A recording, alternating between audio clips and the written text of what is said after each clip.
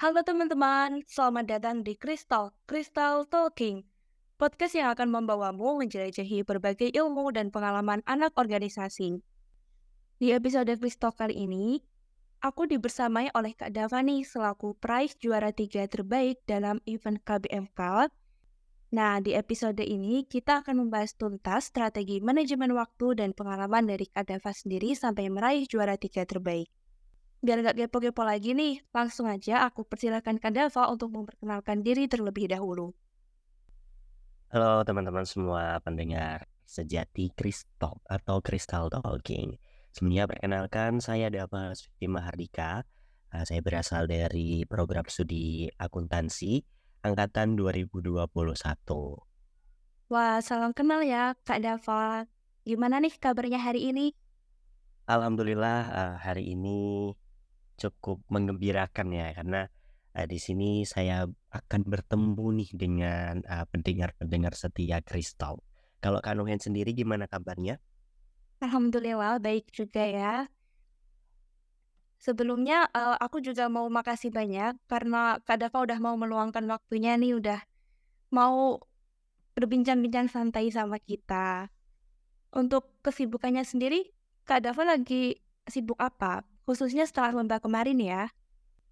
Untuk kesibukan sendiri, saat ini saya selain berkuliah dan berorganisasi di UKMF Penelitian Kristal, saya juga tergabung dalam sebuah komunitas penerima penerima beasiswa Bank Indonesia atau yang lebih dikenal dengan GENBI atau Generasi Baru Indonesia, di mana saya di sana menjadi salah satu staf departemen PSDM gitu. Jadi, lebih kalau nggak ada kuliah dan misal ada acara-acara dari Bank Indonesia, dimintai delegasi, saya insya Allah hadir.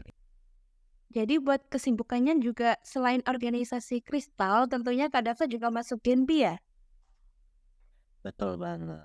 Pasti sibuknya bukan main ya. Sibuk sedikit. Mmm, aku pengen tahu nih Kak, tentang lomba kemarin itu detailnya seperti apa sih? Biar teman-teman di sini juga tahu tentang perlombaan itu tentang apa gitu. Oke, jadi, mungkin teman-teman semua di sini masih agak lumayan asing ya dengan, KBMK. Sebenarnya KBMK ini tuh apa sih? Jadi KBMK ini merupakan salah satu perlombaan yang diadakan oleh, Puspresnas atau Pusat Prestasi Nasional dengan kepanjangannya yaitu Kompetisi Mahasiswa Nasional Bidang Ilmu Bisnis, Manajemen, dan Keuangan. Nah, untuk tahun 2023 ini, KBMK diselenggarakan di Sekolah Tinggi Manajemen IPMI atau IPMI International Business School di daerah Kalibata, seperti itu. Nah, untuk di KBMK ini sendiri itu ada 5 bidang perlombaan. Yang pertama ada bidang perencanaan bisnis, kemudian ada bidang riset investasi, kemudian bidang keuangan audit investigatif, bidang komersialisasi riset dan teknologi tepat guna, dan yang terakhir ada bidang penulisan karya tulis ilmiah. Mungkin itu sih, pengantar, apa sih sebenarnya KBMK itu, gitu. Oke, kalau dari Kak Dava dan tim tuh masuknya ke bidang perlombaan yang apa nih dari kelima bidang tersebut?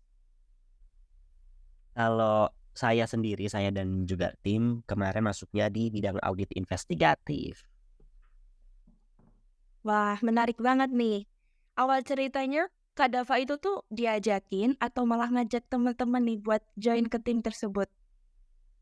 Oke, mungkin ini ceritanya agak lumayan panjang ya. Kalau misal ditanya diajakin atau ngajak, itu sebenarnya, bisa dibilang dua-duanya sih.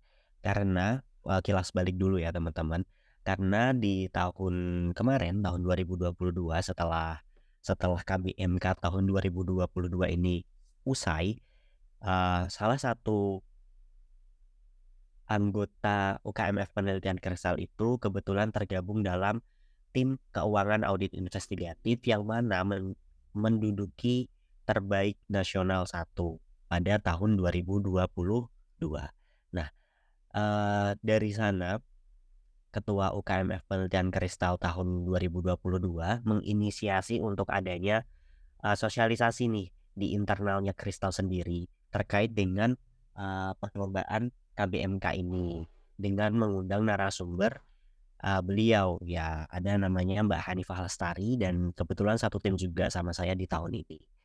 Nah, berangkat dari sanalah kemudian saya mengeluarkan celetukan-celetukan yang sifatnya setengah bercanda dan setengah serius gitu.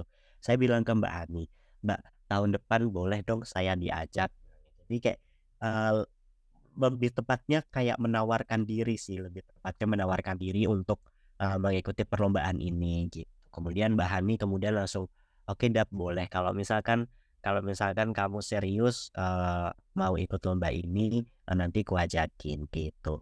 Nah, dari sanalah kemudian 1 tahun berlalu ya, tahun ajaran baru, kemudian tahun baru juga, akhirnya di tahun 2023, ada pengumuman bakalan ada KBMK lagi nih di tahun ini. Kemudian dari fakultas kita, Fakultas Ekonomi dan Bisnis, menyelenggarakan sosialisasi nih terkait dengan apa sih KBMK itu. Kemudian dari sanalah kita diharuskan untuk mempunyai tim, untuk masing-masing bidang yang diminati dan di sanalah saya bergabung bersama tim, saya, pada tahun ini gitu ceritanya. Oke, tapi kan itu baru 2 anggota nih, Kak, dan kemarin kayaknya ada 3 anggota nih waktu di foto. Itu satu anggotanya gimana nih, Kak? Oke, satu anggotanya ini juga merupakan kakak tingkat ya, kakak tingkat saya angkatan 2020 dari satu prodi yang sama. Jadi kita tuh dari satu prodi yang sama. Karena untuk bidang audit investigatif ini mengharuskan, pesertanya itu berasal dari program studi akuntansi, seperti itu. Nah, kalau yang satunya ini itu, beliau merupakan teman dari Kak Hanifah ini, gitu. Jadi teman satu kelasnya Kak Hanifah namanya Kak Maulidia Dinda, biasa disebut dengan Kak Dinda. Sebelumnya saya juga udah pernah kenal sama Kak Dinda di event lain gitu. Jadi kita, sebenarnya udah sama-sama dipertemukan gitu ya. Jadi, kita membangun chemistry-nya itu jauh lebih cepat gitu daripada, mungkin teman-teman yang lain yang baru ngebentuk tim gitu ya, gitu. Oke oke. Selanjutnya nih, aku pengen tahu juga gimana Kak Dava dan tim itu mempersiapkan lomba ini. Kan pastinya butuh ya persiapan yang matang gitu. Betul betul. Gimana dari manajemen waktunya dulu deh, kan masing-masing juga sibuk tuh. Itu gimana?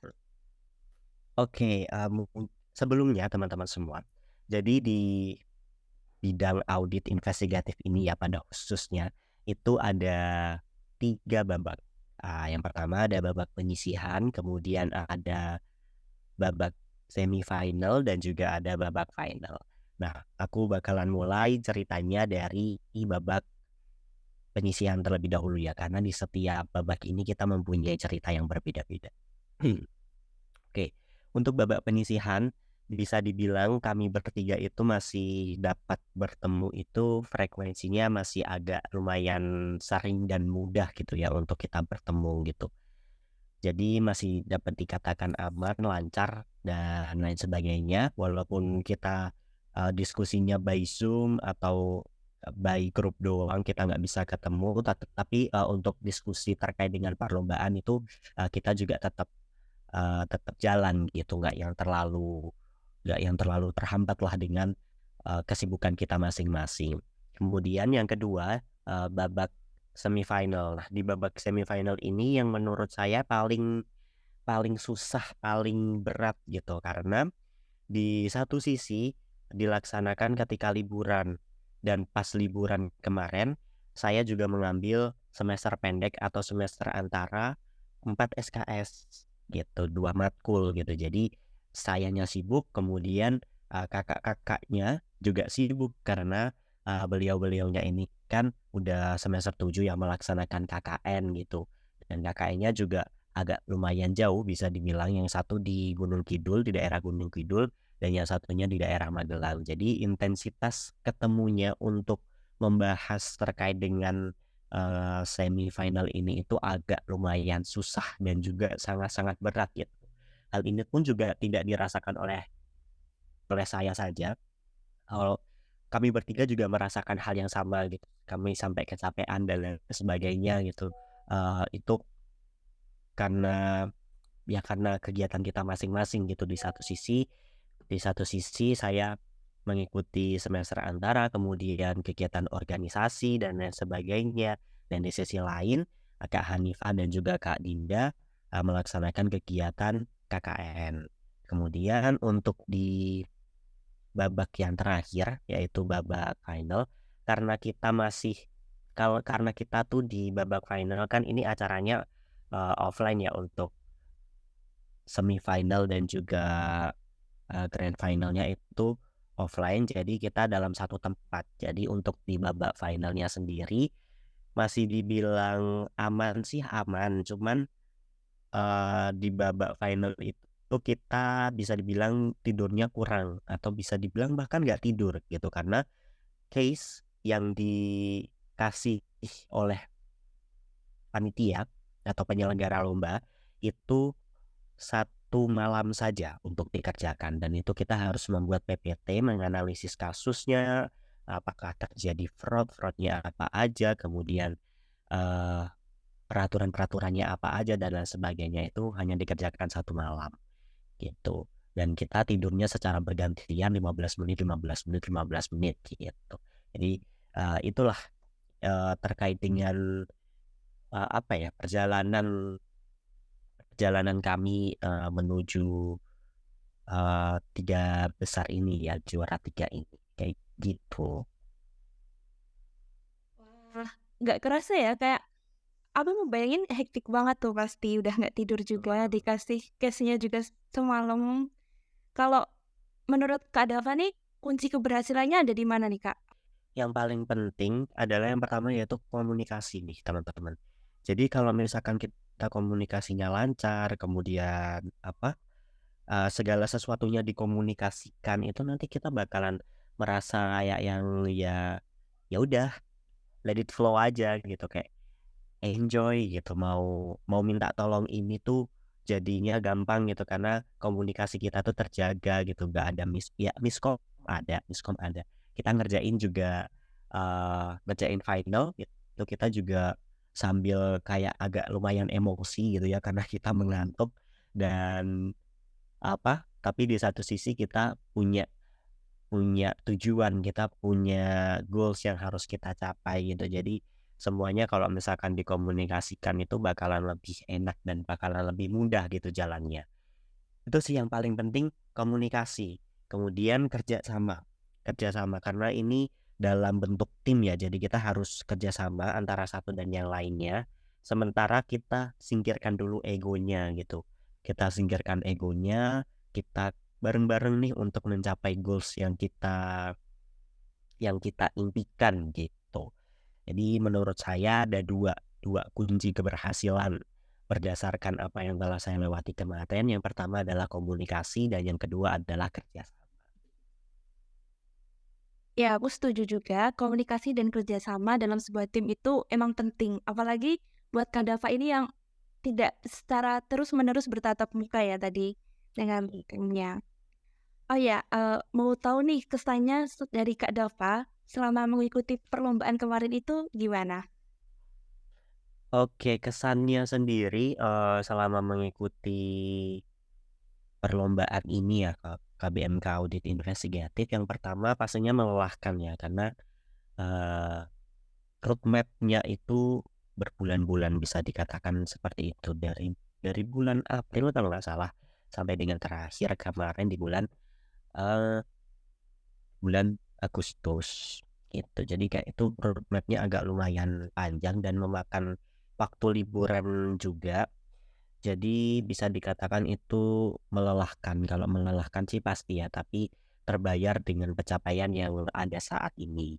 Kemudian yang kedua, di dalam perlombaan ini juga memberikan saya khususnya wawasan baru terkait dengan bidang audit investigatif ini. Karena audit yang kami pelajari di bangku perkuliahan itu berbeda dengan audit yang kami kerjakan case-nya gitu. Ya mungkin ada beberapa yang sama. Namun di perlombaan ini kita lebih implementasinya tuh seperti apa gitu. Kita menganalisis fraud atau kecurangan yang terjadi, kemudian kita menganalisis peraturan-peraturan atau eh, peraturan hukum yang peraturan hukum yang mengatur lah terkait dengan indikasi kecurangan tersebut kayak gitu. Jadi lebih membuka wawasan lagi terkait dengan audit terkait dengan bidang audit itu sendiri, kemudian terkait dengan bidang hukum khususnya undang-undang ya karena kemarin tuh banyak banget terkait dengan pasal-pasal itu kemudian juga apa ya memberikan pengalaman baru lah bagi saya ya untuk kedepannya agar bisa mematangkan lagi kualitas diri saya biar di perlombaan-perlombaan berikutnya itu dapat bisa meraih goals yang lebih tinggi kayak gitu. Wah, menarik banget nih. Terakhir nih Kak, aku mau tanya juga buat tips dan pesannya untuk kami yang mau mengikuti lomba dan bisa menang gitu gimana Kak? Oke, tipsnya biar bisa menang. Ini tips yang aku jalanin aja teman-teman. Yang pertama latihan. Latihan terus kalau misalkan perlombaannya itu nantinya akan ada presentasi, latihan aja terus karena kita bisa karena terbiasa. Nah, jadi kita latihan terus, pahami, kuasai terkait dengan case atau ya apapun karya yang teman-teman ajukan untuk perlombaan itu. Kemudian yang kedua, teman-teman nggak ada salahnya kok teman-teman tuh punya mentor. Kalian bisa cari mentor dari mana aja sebenarnya. Bisa dari kakak tingkat, bisa dari dosen-dosen, ataupun dari luar itu, mungkin dari teman atau dari siapa gitu. Pokoknya teman-teman harus punya mentor karena mentor itu berguna banget teman-teman. Di satu sisi mentor itu bisa mengajari kita, tapi di sisi lain mentor itu juga bisa memberikan kita motivasi, kemudian memberikan kita kritik, saran dan lain sebagainya tuh bakal sangat berguna gitu untuk eh, kehidupan kita ataupun untuk kok perlombaan itu karena konsep dari mentor ini kan memang mereka yang udah pernah mengikuti perlombaan-perlombaan sejenis ya teman-teman. Jadi teman-teman bisa menggali ide sebanyak-banyaknya bagaimana sih perlombaan ini, gimana tipsnya, gimana ininya dan lain sebagainya kayak gitu. Kemudian jangan takut untuk mencoba teman-teman. Karena kalau misalkan kalian takut, kalian nggak bakalan tahu gimana rasanya mengikuti perlombaan A, gimana rasanya mengikuti perlombaan B dan lain sebagainya. Itu jadi jangan takut untuk mencoba, bidik setiap peluang yang teman-teman miliki. Jadi teman-teman eh, jangan takut dulu nanti nggak menang, nanti gini, nggak usah kayak gitu. Kita coba dulu, terabas saja dulu kayak gitu. Oke, kalau bisa aku simpulin nih dari tipsnya Kak Dava tadi itu ada 3 ya. Yang pertama bisa karena terbiasa, yang kedua itu cari mentor, dan yang ketiga itu jangan takut untuk mencoba. Gitu kan Kak? Oke. Sekali lagi aku juga mau ngucapin terima kasih buat Kak Dava udah mau sharing-sharing pengalamannya sama kita. Semoga buat teman-teman pendengar Kristalk juga bisa ketularan menang ya sama kayak Kak Dava yang juga jadi mahasiswa aktif dan berprestasi. Namun Kalau gitu aku tutup ya. Sekian dari aku Nuhen. Sampai jumpa di episode selanjutnya.